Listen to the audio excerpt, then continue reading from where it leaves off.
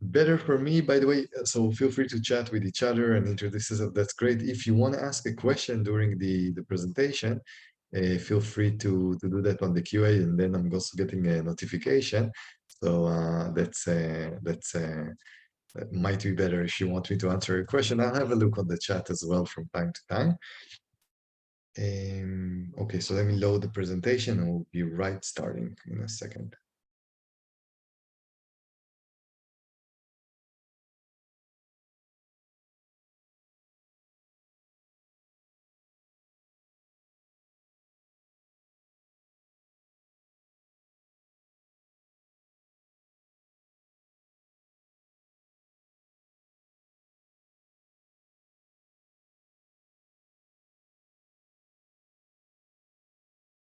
So I will be sharing my screen and we're good to go.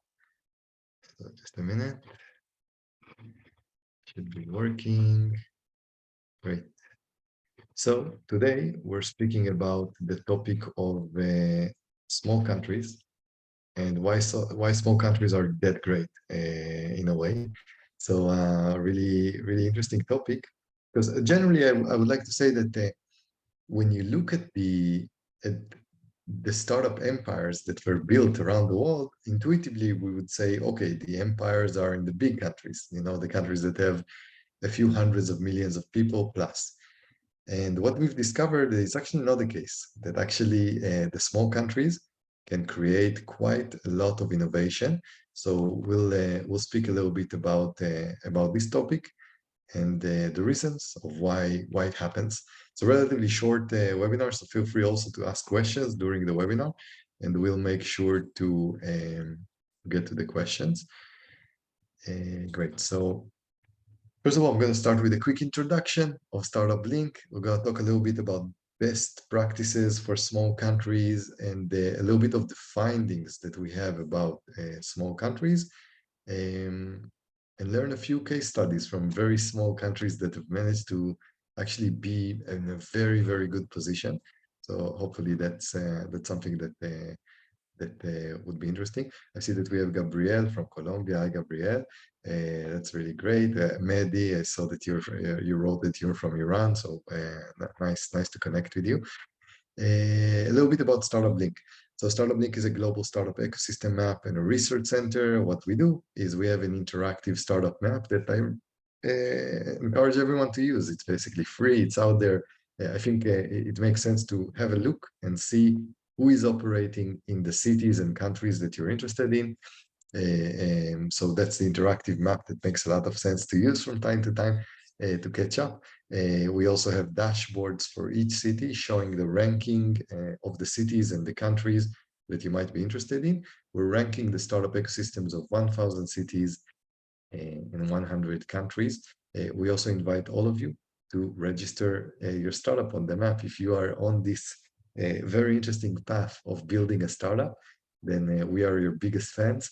It's a difficult path for sure, but very rewarding and fun. We must have fun as we do it. So we're definitely very much interested in helping startups as well. Usually, most of our clients are actually governments. So we're working with governments on growing their ecosystem, researching, analyzing their ecosystem, promoting their ecosystem. Many governments don't understand that part of their job is actually to become the marketing and sales department of their city.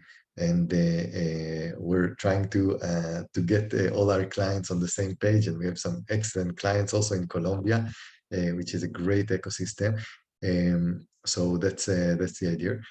I will just recommend to you, your governments, wherever you are, should be working in making your life easier as you're building your startup. So hopefully you're lucky enough, your country and your government cares a lot about innovation, sees it as the future engine growth of your economy, and is super friendly to you, the entrepreneur, listening to you, trying to help you, but not too much, because we have to remember always, us as entrepreneurs, that we are serving our markets. So there are some ecosystems that the governments are so involved that it's a little bit too much. And basically we're serving the government and running after the next grant instead of improving our product. So that's something that we're trying to also avoid with our clients, the role of the government is not necessarily to give money to startups, just to make sure that startups can operate in the best way possible. So that's a little bit about that.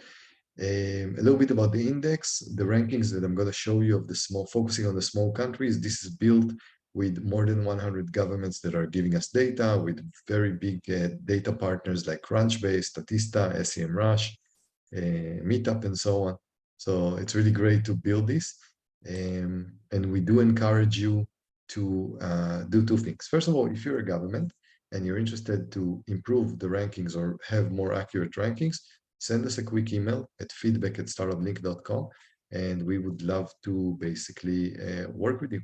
We have a data partnership that is for free, and you can feed entities. So again, feedback@startuplink.com if you are a public sector organization that is in charge of building your ecosystem. And let me tell all of you, because I'm pretty sure we have a lot of startups here, that your and once again, by the way, the chat is enabled now, so you can all also introduce yourself if you feel like it. I'll tell you why your ecosystem, your startup ecosystem is critical for you. Many of us, when we are building a startup, we're thinking about who is the best co-founder, what should the startup idea should be, and so on and so on. And one of the things that we recommend in StartupBlink is to think for a little bit about the place where we choose to build our startup. I will tell you that most of the unicorns in the world, basically more than 50% of the unicorns in the world arrive from only 5 cities. So that shows you that the people in those cities are not super intelligent. They're the same intelligence level as everyone else. That shows you the amazing power of a place that has a lot of startup success. And what you're going to find in those places is a few very interesting things. You're going to find more investors, because investors are very interested to invest in places where they were lucky. Just like when we fill in lottery tickets, sometimes people go to the same lottery booth that got the ticket before. Investors are the same. They see where they got lucky, and basically they are doubling down on those places instead of trying to be adventurous and going to places that they're not sure if the quality is high enough. You're going to have high quality clients, because in those places there are so many startups that people are used to making a bet on startups and basically buy their services as well. And you're going to find amazing co-founders, team members, suppliers, knowledge base, meetups, and so on. So basically the idea is that those places, if you're looking for a co-founder and you're staying in an underperforming ecosystem, go to a better ecosystem. You're much more likely to find your co-founder there, your team members, your suppliers, the meetups, the emotional support as well. Building a startup is definitely a difficult path, and you want to be in a place where people are like you. Because if you're in a place where no one understands what you're doing and why you don't have a 9-to-5 job, it's going to be very difficult emotionally. When you're in a place that is buzzing with innovation and many, many entrepreneurs, you're much more likely to continue. So we always recommend to people to really sit with yourself for a few minutes and tell yourself, can I go to a better startup ecosystem? It's really important. What we always say is that if you're in an underperforming ecosystem that does not serve you, you should either leave it or lead it. By leading it, meaning you don't want to stay a passive actor in an underperforming ecosystem, you might as well build the communities, meet people, create those networks, lead your ecosystem to success, because you're going to increase the pie for everyone. But what we don't recommend to do is to stay as a passive actor in an underperforming ecosystem. You're missing out on so many opportunities that you would never know about. But those opportunities would happen if you go to one of those top cities: San Francisco, New York, London, Boston, Tel Aviv, Paris, Seattle, and so on. So that's basically the idea, and I recommend everyone to be a little bit more conscious about this.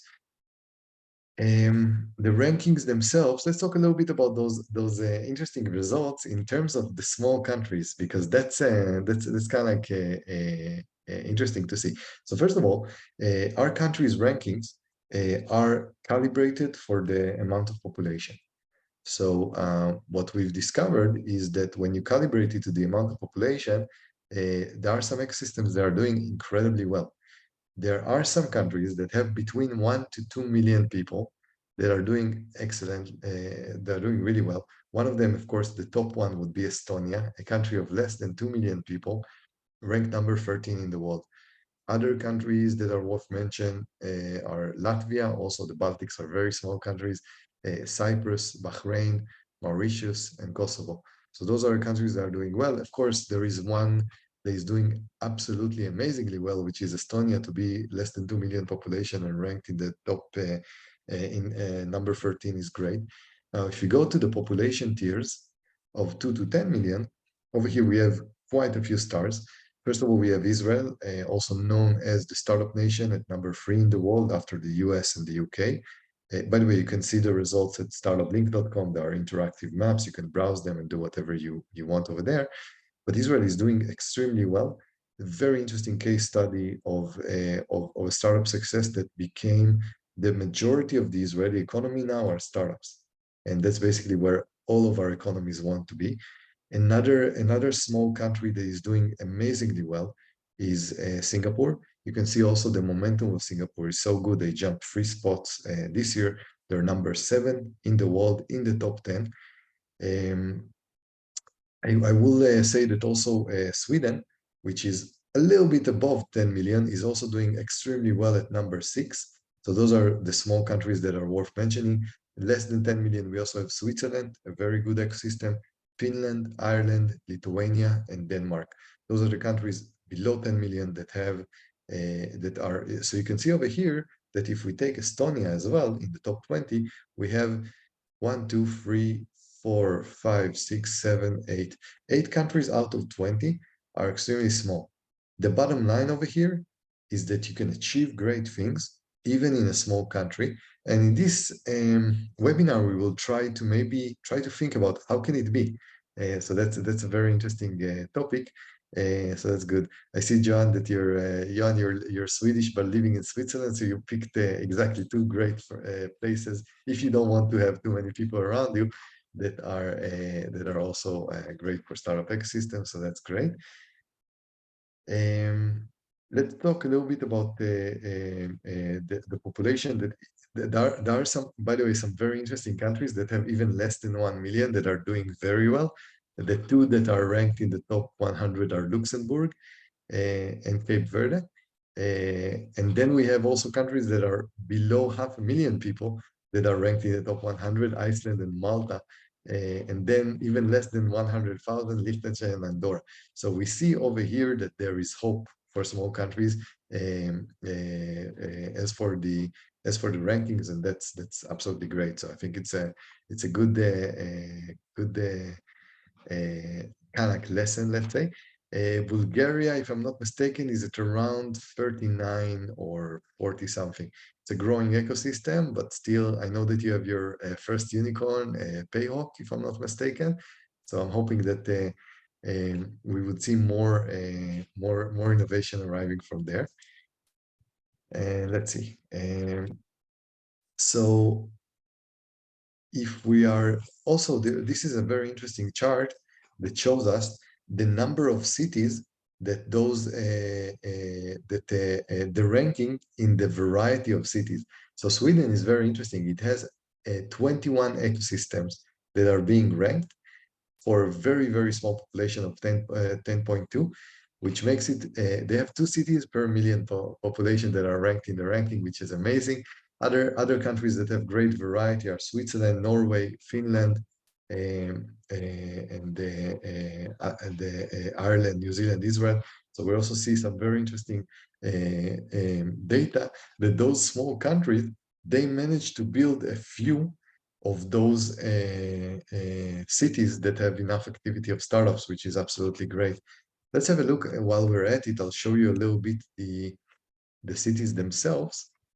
So for that, I will go for StartupBlink, and I'll also show you how to use the map if you're interested to do those things on your own later and want to see the ranking. So you just scroll down to the map. So over here, you can see the map, the rankings just below the map. I will tell you that the countries, remember we talked about the countries that they're basically per capita. when we are ranking the cities, so you can switch between countries and cities here, you click this button, you go to the countries ranking that we showed you. When you go to the cities, over here, we don't do per capita. And the reason is the following. A big city has an unfair advantage in startup ecosystems. There is no way around it. If you are going to a big city, I'll give you an example. Go to a big city that, let's say, only 1 out of 10 people is a great startup entrepreneur, but it has 10 million people. And you go to a city that 5 out of 10 are great entrepreneurs, but has only 1 million. The bigger city has the advantage still, because just the critical mass and the amount of people are giving it a major advantage. I will tell you that from the countries that we've mentioned that are ranked very high, there are a few that come to mind. The first one is Tel Aviv on the city level. Tel Aviv is ranked number 9 in the world, the top 10 ecosystem in a country that has less than 10 million people. It's the only top 10 ecosystem in a country with such low um, population. So something very interesting is happening in Tel Aviv, is happening in Tel Aviv. Remember, we talked about Singapore. Singapore city is ranked number 23 in the world. Also a very good ecosystem from a very small country, relatively. And then you have quite a few other smaller cities that would appear over here. Dublin in Ireland is also a great technological hub. Helsinki in Finland, Taipei in Taiwan, but Taiwan is a little bit bigger, but also very interesting innovation hub as well. That's a little bit about about that. And let's see if we don't have any questions. We'll move on. Let me just have a look. Yeah, Laura is asking about the presentation slide. I think it's possible you're going to receive it. I'm going to ask our team to send the presentation slides after. So you're going to receive it. And Christina is asking, who invests more, foreigners or national businessmen? A great question, and it depends on the ecosystem. So let me jump back to the ranking so I can maybe show you a little bit what I'm talking about. So the idea is as following. You have a few ecosystems that are very domestic and a few ecosystems that are very global.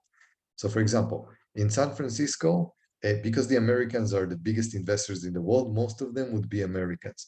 In London and in Tel Aviv, most of the investors would be people from outside of Israel or the UK, because they've identified both those cities as cities that are building global innovation and are very successful.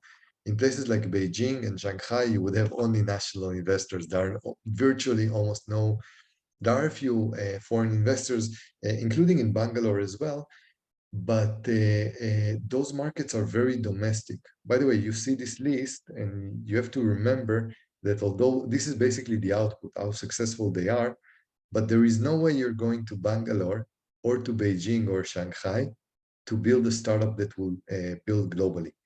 Those are massive local markets, and basically all the startups there are catering more than 1 billion population of the national market. Nobody's building stuff for the outside world in China except TikTok. TikTok is the only exception, and Alibaba.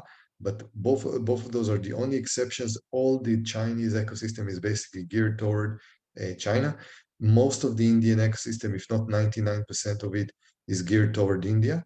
And you have a few cities that are very global, like London, Tel Aviv, also Berlin, Paris as well. And they would be, Sao Paulo, for example, is a very local ecosystem. They're not innovating for the world, but they have a massive market.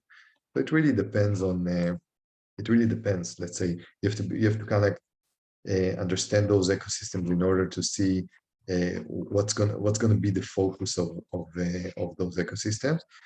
Let me just go back to the slides. So we talked a little bit about this. Big cities have a big advantage. There is nothing that we can avoid from saying over here, the sheer quantity of people. We do have a few cities that are small but are doing absolutely great. The few that comes to mind: Santa Barbara, close to San Francisco; Boulder, Colorado; I think Tallinn in Estonia, also very high on the list.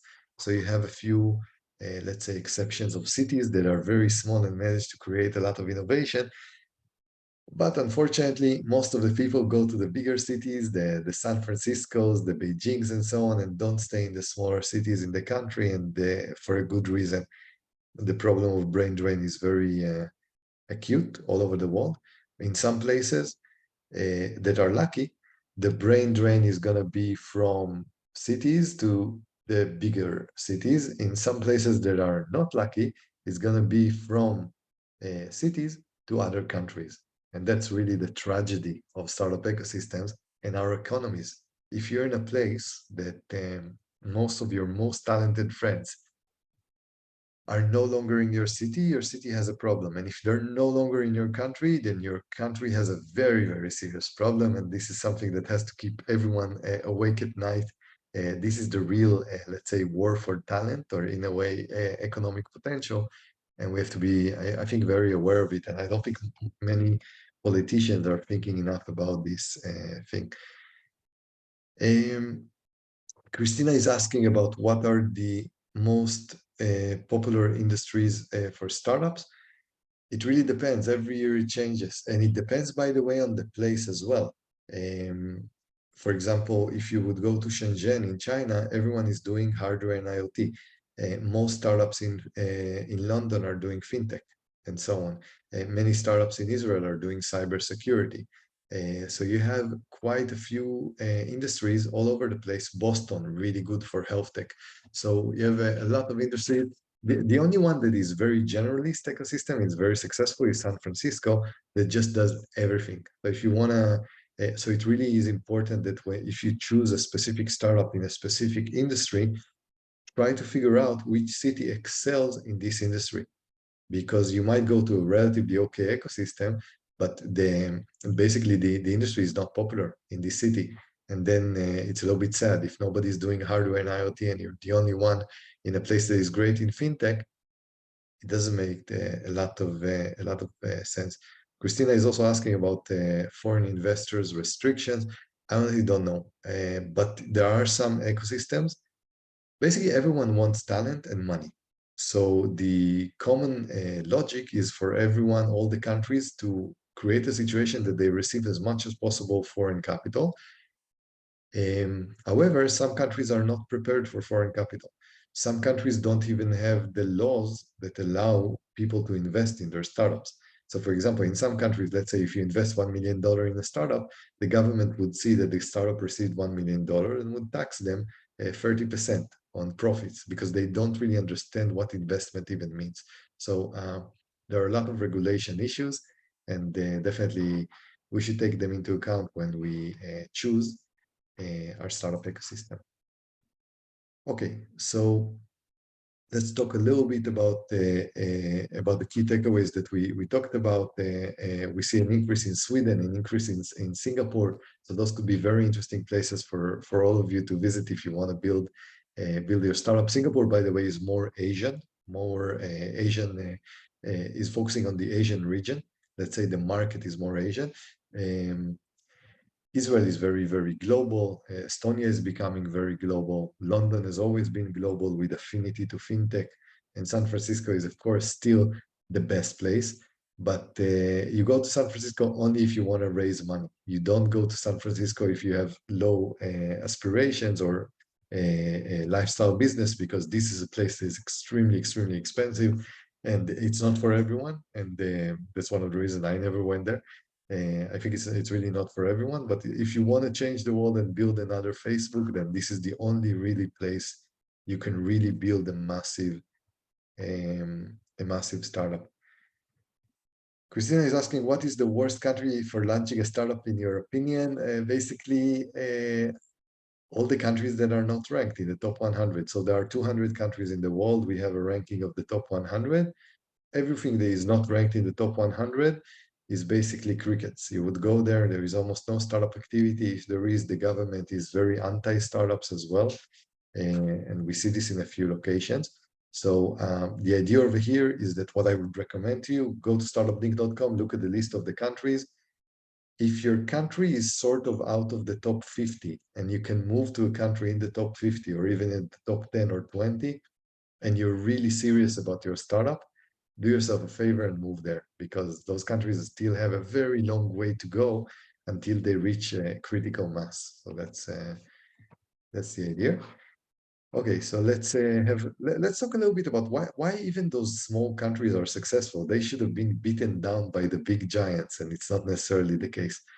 There are some beautiful advantage to small countries, although we already discussed the major disadvantage. They don't have enough talent. There is not enough people in small countries, and that's very difficult. But they do have a few magical, let's say, advantages that come to their favor. First of all, they can move much, much faster. This is something that we discovered. If you need to pass a startup law in Russia or in China, maybe China is not a good example because they actually move very fast because they can make decisions very, very fast. But if you want to do a startup law and change the economy of India, let's say, or Estonia, Estonia can move much, much faster. It can make policies because there aren't that many people. So the idea is that when there aren't that many people and you don't have to change many, many systems, the smaller countries are always moving faster. And it's not a coincidence that Israel or Estonia or Singapore managed to achieve excellent results. So that's great. Um, and the beauty of small countries is actually their disadvantage. In small countries, nobody thinks that they're going to build a startup for their country. So let's say an Israeli founder or an Estonian founder, if they would try to get investors and would go to an investment meeting and would tell the investors, I'm building for the Estonian market, they would be kicked out of the office immediately. In Israel, it's a shameful thing to say that you're serving the local market. It's so small that nobody would take you seriously. So the beauty is that when you are in a small country, your mindset as an entrepreneur from day one is to cater globally, to basically build a startup that is global and has a global market.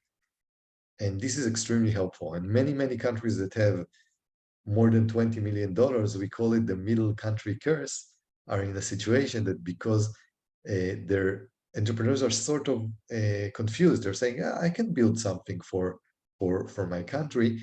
It's very hard to make the transition later to global from local. The minute you started local, you're going to probably stay local. So the beauty in those small countries is that everyone there is building a startup, is thinking about the global market from day one, and that's absolutely an amazing thing. You might look at it as a disadvantage. We don't have any market and so on. In the startup world, it's actually great, and it really calibrates the thinking process of the entrepreneurs and their ambitions as well. So that's kind of like a little bit about those advantages. And yeah, I think that's basically, we covered quite a few topics. You know why startup ecosystems are so important. We are all struggling, all the countries are struggling to retain talent, to make sure that our talent is not leaving our countries. Cities are doing the same, by the way. Cities sometimes have a national competition with other cities. Countries have competition with other countries. Everyone wants this resource called talent. I'll give you an example. The founder of Shopify, which reached a valuation not long time ago of $100 billion, is from Germany, and he's living now in Canada, and he opened a massive, massive startup in Canada that gives so much employment and probably taxes and benefits and so on to the Canadian government. So nobody wants to lose their best people. And the idea is that we should be, Israel, for example, has a problem. 50 unicorns worth more than $1 billion are now in the USA, built by Israeli founders. So the idea is, one of the secrets is, how do you keep people in your country? And the second secret, the one that the USA, Singapore, Dubai, and London are doing so well, is also attracting people from the outside. So you have a few countries that are going to welcome you with open arms if you have the talent, and you just need to find those countries. And hopefully for you, your own country is doing the same, because if it's not doing the same, it's basically committing sort of a financial economic suicide on the longer term. So it's always something that we need to think about, because COVID also showed how anti-fragile are startups. Doesn't matter if there is pandemic, there is like, if you have a good startup ecosystem, it can operate even if there is a pandemic, even if there is a war. people can work from home and just make sure that things continue. If you rely on other things like tourism and so on, then you're in a much more difficult situation. So let's talk a little bit about Israel. Unfortunately, the population here is not correct. Israel has 9 million people, but Israel is a great example of how you make lemonade out of lemon. You have a very, very complicated security situation here. But then again, the army, the Israeli army, became the country's biggest accelerator, startup accelerator.